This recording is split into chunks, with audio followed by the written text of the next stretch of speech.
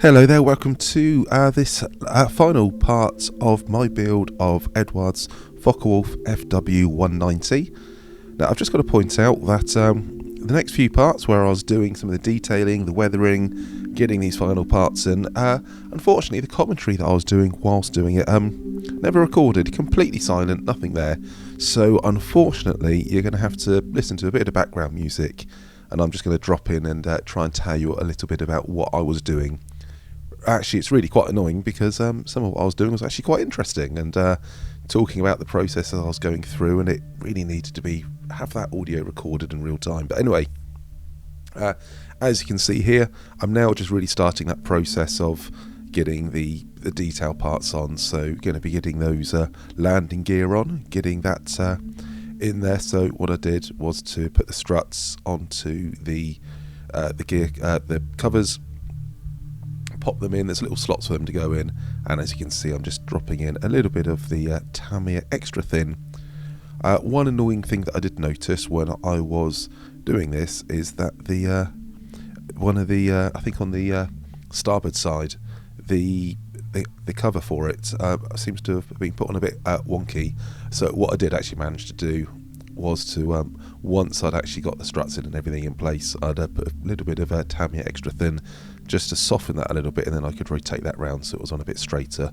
But just in case you're looking at that and thinking something's a little bit wonky throughout this process, I did manage to get back to it to straighten it up, and now it's just going to be a case of letting those struts go in, getting the bracing struts in a moment, and then we'll go around and put on a few other details.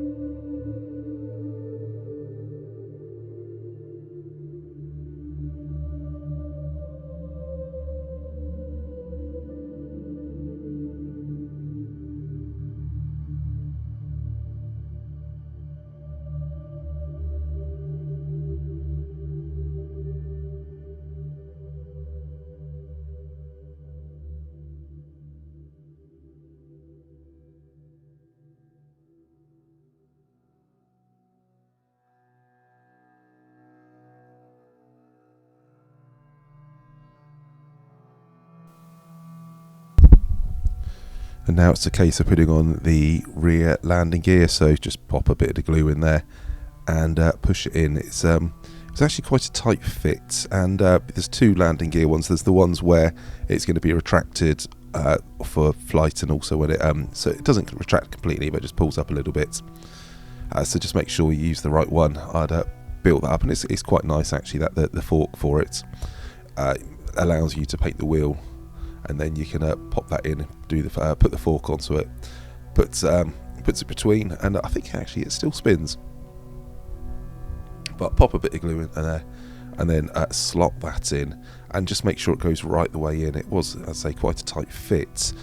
You can see I'm just trying to use the tweezers because obviously I can't really grip it too much because that fork in the rear wheel, where that's sort of glued on, it doesn't really give you much grippage, so I had to use just the tweezers just to get underneath it and push it in, and yeah, you can see the wheel still rotates on there.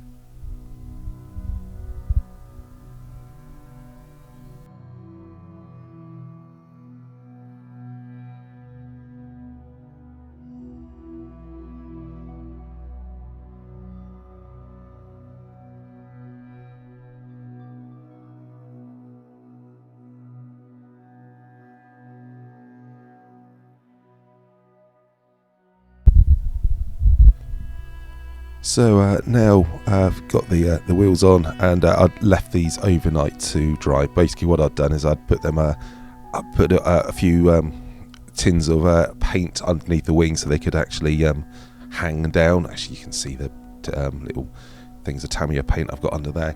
So I'd let it dry there and put the wheels on as well, and gave that a good 24 hours, not only for the glue to dry but to cure, so it could take the weight. And now it's just a little bit of how do we say, detailing or dirtying up those gear bays, and also the landing gear as well. So what I'm using there is the Tamiya Panel Line Wash, but I'm using the brown one, which is the Panel Line. And actually what I'm doing is I'm just covering the entire wheel well and the struts, the gear doors on the insides. So it's not the same wash as I used on the outside. Being an enamel based one, it's a bit finer, not that clay based flory wash, but I'm getting there, and that's then going into all the little recesses. But it's also, because it's the brown one, I'd use the brown flory wash, so it does kind of have a similar sort of one, but it also has a bit more of an oily sort of finish, a little bit where the dirt might have get up into it as well. And so then I've literally liberally covered it in there, and now just using a cotton bud, getting in there, first of all just getting off some of the excess that went on the outside bits.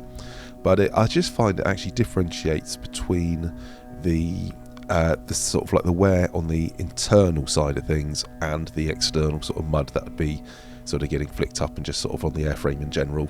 So I'm just using that to take off the excess. That kind of leaves it in all those little rivets, all those little divots that are in there, gets it in all those little places, just make sure there's no sort of bare patches, and it just helps knock it all back as well.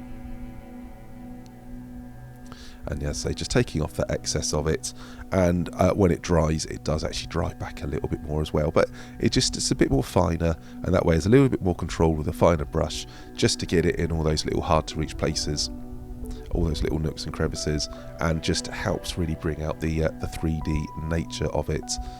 And here I'm just sort of making sure I do all the struts on the inside of the landing gear, getting in all those little places where little bits of mud and dirt and grease and grime might sort of flick up and stay, and of course over the wheel hubs as well. And being the brown, it's just making sure it kind of keeps that consistency.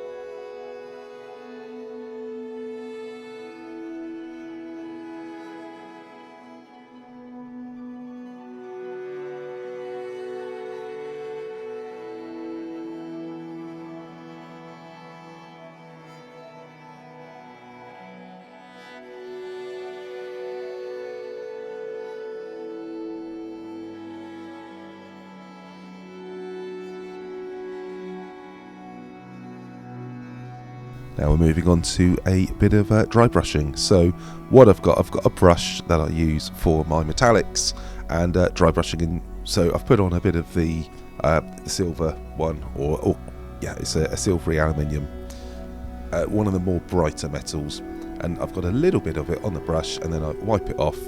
And now what I'm doing here is I'm just brushing it over the prop, but I'm doing it on the leading edge of the prop, the bit where when it spins round, the bit that's actually going to be cutting into the air, because any bits of debris in the air, that sort of thing, those have been flies or whatever, mud and sort of dust kicked up from takeoffs and landings. That's the one that I'm using. And so what I do, get a little bit of on the brush, not very much. It's really trying to find the balance. It's so easy to put too much on, but basically you put it on the brush, you wipe it back off the brush, use the bit of kitchen paper just to really smear it off until there's only a little, hardly anything that you can see on there, and that's when it's about time to just start brushing it on. And as you see, I flick it over the prop and a few other places, and you don't get it in one go. You flick it backwards and forwards, and slowly those small little molecules, those pigments of the metallic paint, slowly build up on it, and that's how you get those very fine, more subtle scratches that you don't always notice straight away. If you have too much on the brush, it will stand out, and then it suddenly looks overdone. What we're really looking for is just the wear, and sometimes it's not even sort of scratches, it's just almost, you can just see the wear of how it had been circling through the airflow.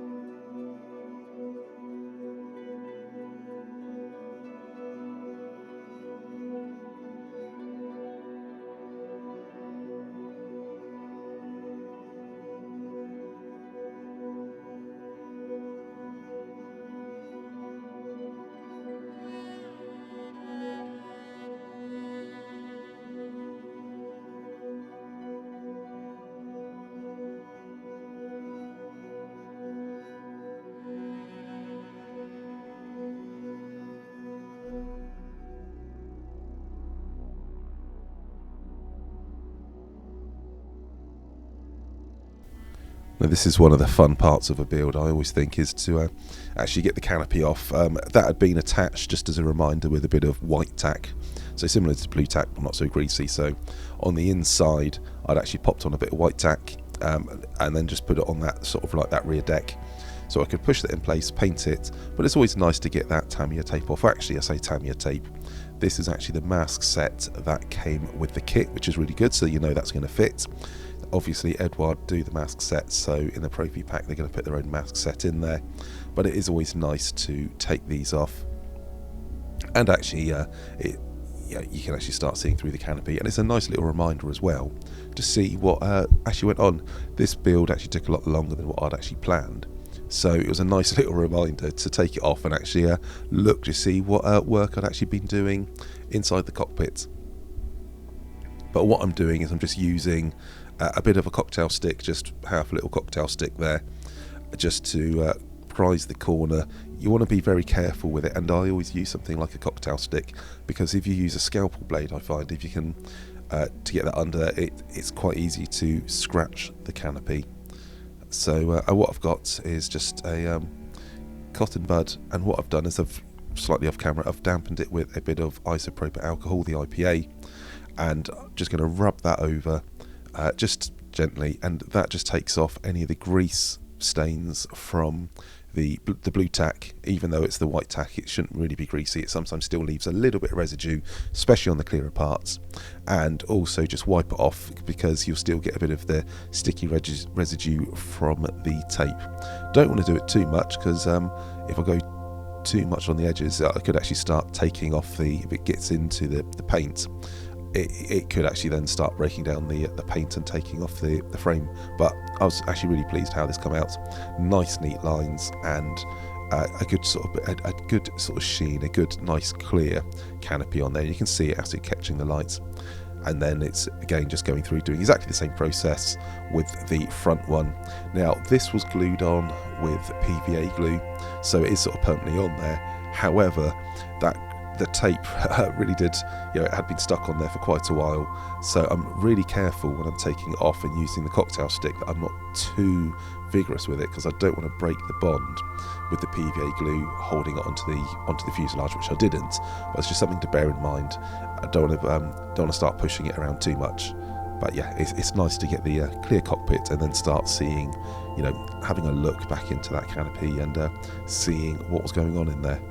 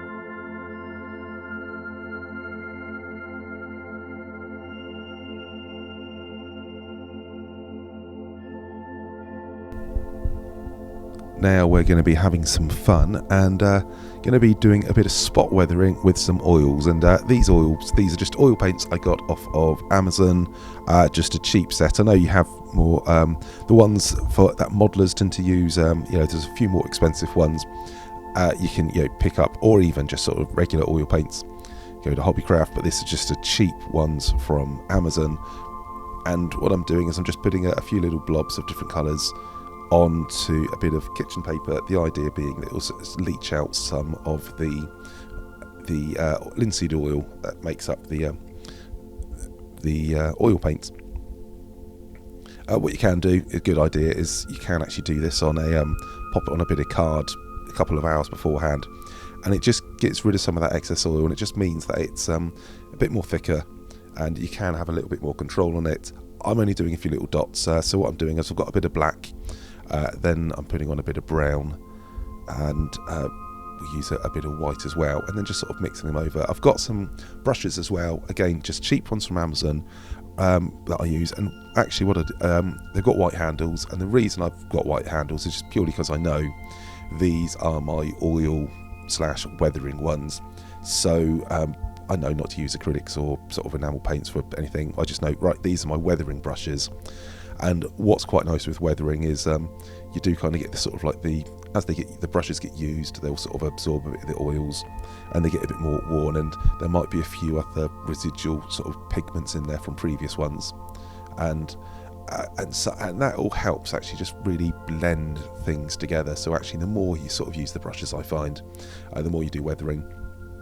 But you can see here I'm just mixing up those darker colours with that black and the brown, got a bit of white and a bit of yellow, and now it's just going to be trying to add a few little dots. So what I'm doing here, just adding little dots of it just behind the ejector where the cartridges come out. So just want to put a bit of muck and stuff around there. So you can see I've put those little dots on.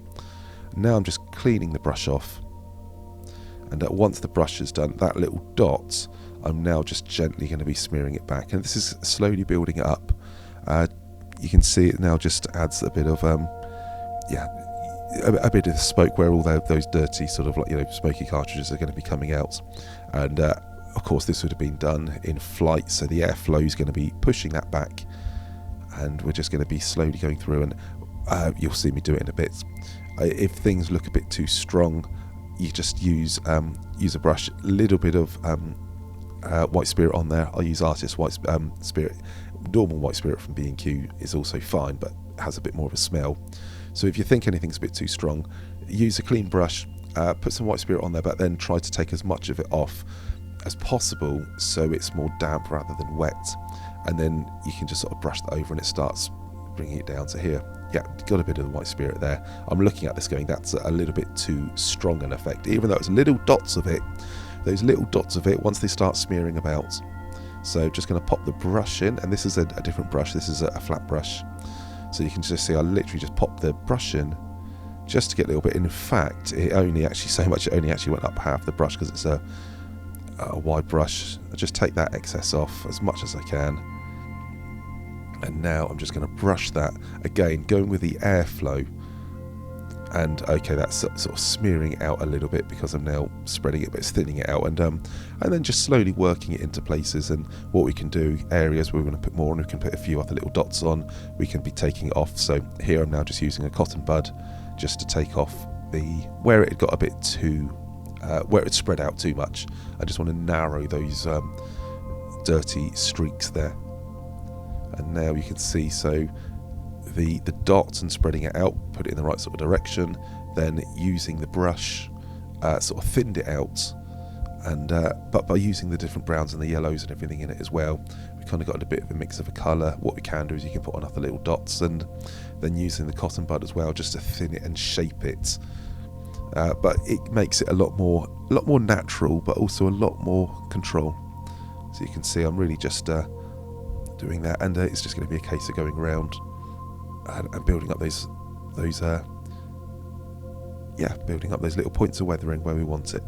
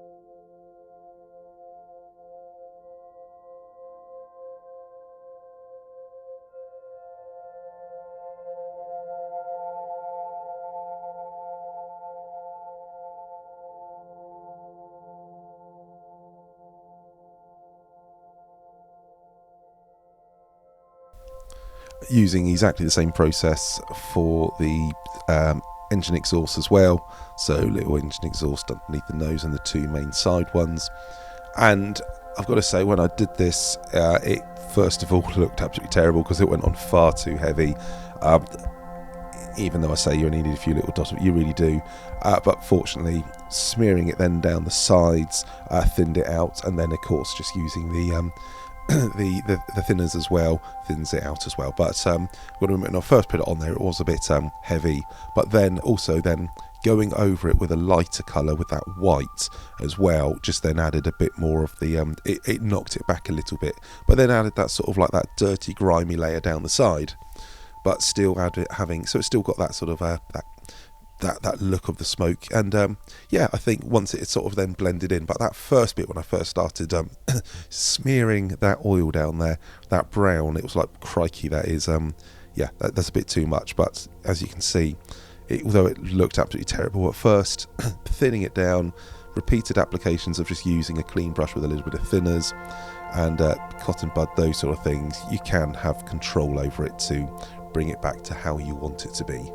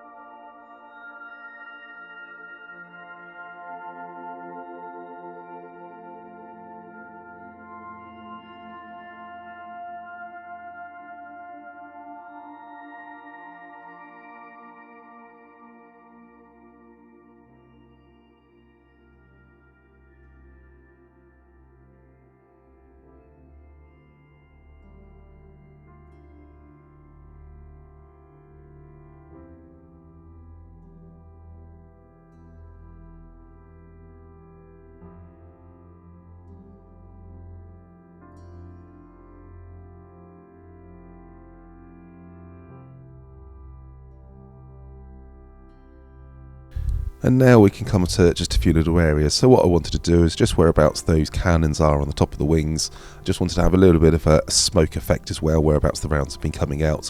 So behind each of the canons, especially on the top but where it's a bit darker, just popped a little dot of the white, and then just smearing that back and then blending it in.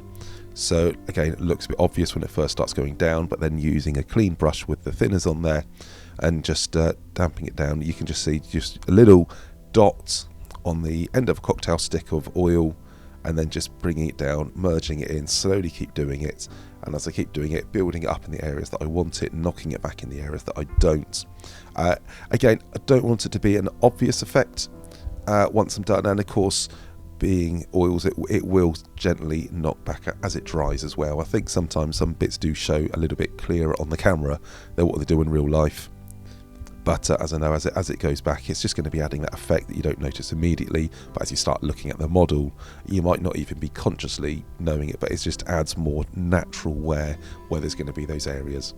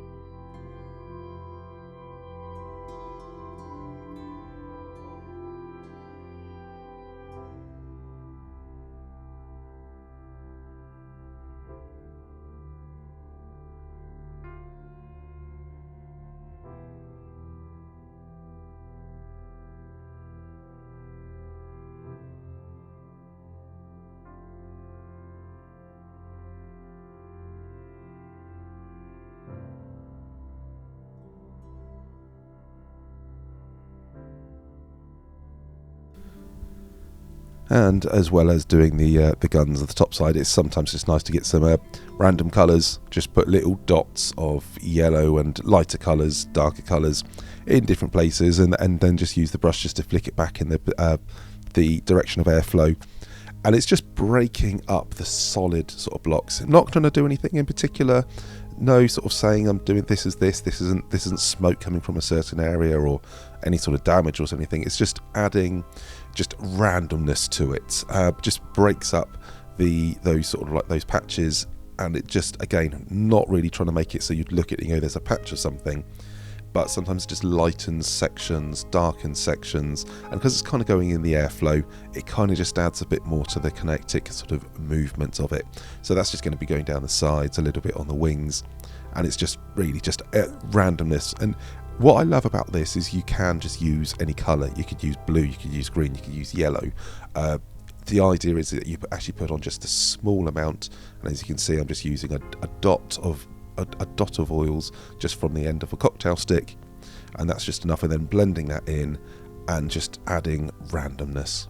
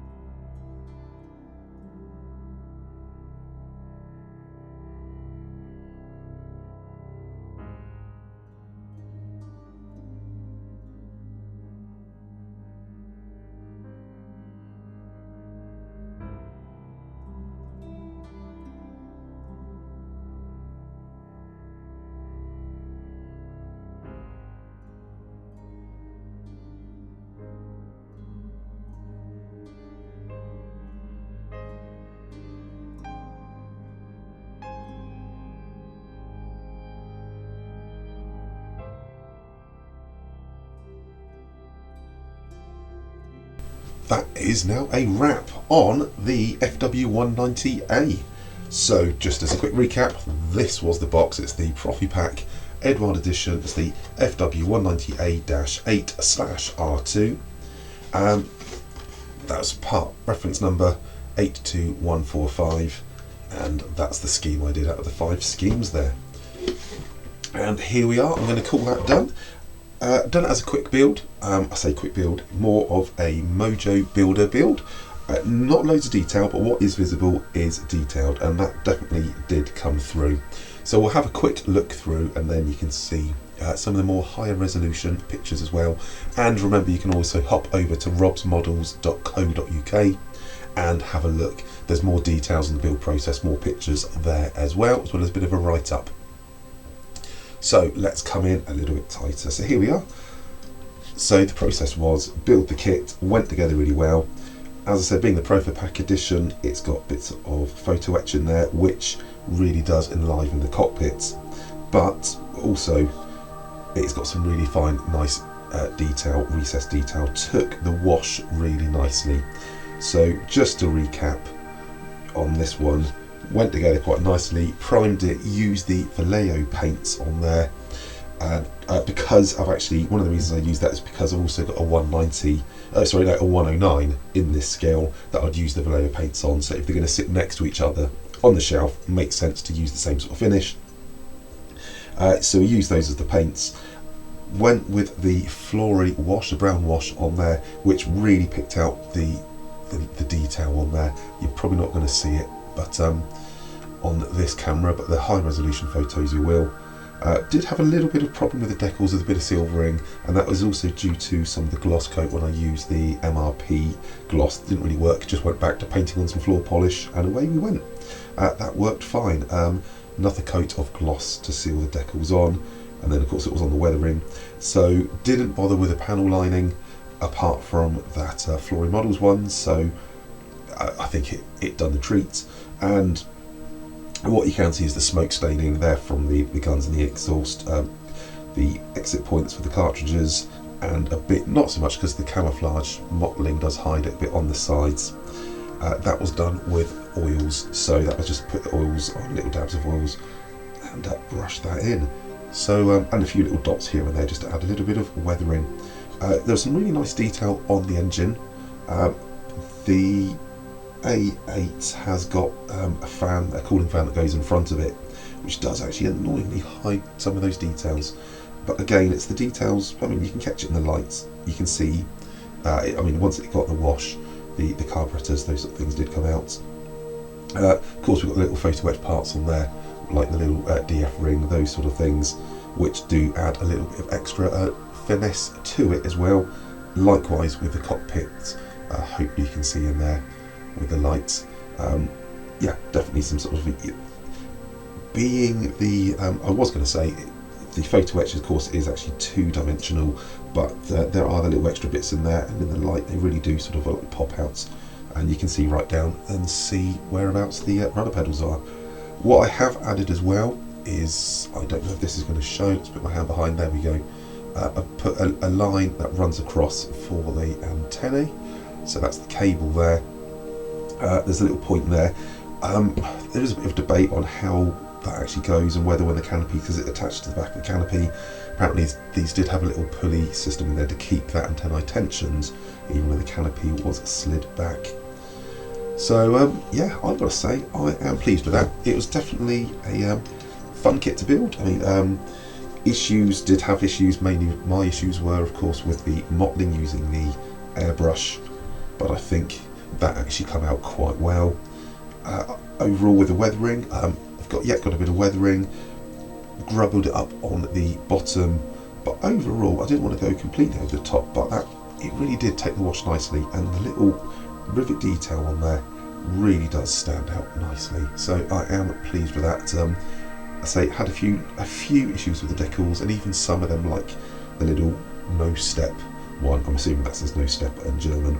It does catch the light a little bit for me. I don't know if you can see it there on the camera. Sometimes it does, and I think that was down to using the wrong sort of glosses.